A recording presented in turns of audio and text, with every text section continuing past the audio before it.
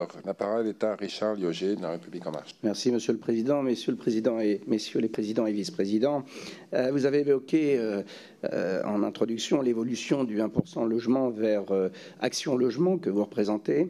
Je voudrais vous dire le bénéfice très grand qu'on ressent en région d'avoir un interlocuteur. Les élus locaux le soulignent souvent et j'ai pu le voir dans le Grand Est, et notamment par rapport au dispositif Visal, dont je dirais qu'il n'est pas encore assez connu et que nous avons encore pas mal de travail à faire pour l'accompagner, parce que je pense que, et là je vais parler de la préparation de la future loi logement, loi Élan, puisque vous avez bien voulu participer très activement, et on vous en remercie, à la conférence de consensus qui s'est tenue depuis le mois de décembre au Sénat et qui devrait avoir sa conclusion demain à 16 h. Nous serons présents, je pense vous aussi, pour écouter un petit peu les conclusions de cette conférence de consensus qui est une nouveauté d'une certaine manière, et notamment sur notre domaine.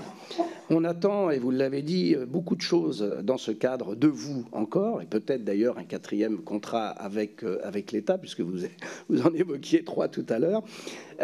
Vous avez détaillé les interventions, je ne vais pas les reprendre, et beaucoup d'ailleurs vous ont posé de questions aussi sur ces interventions.